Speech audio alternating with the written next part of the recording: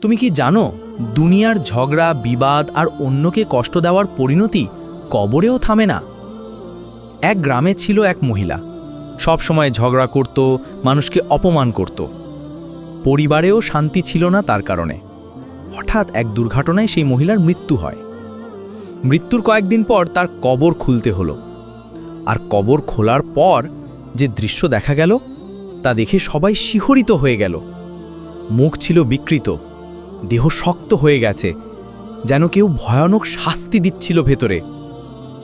ইমাম সাহেব বললেন, যারা দুনিয়ায় অন্যকে কষ্ট দেয়, গীবত করে, ঝগড়া বাঁধায়, তাদের কবর কখনো শান্ত হয় না।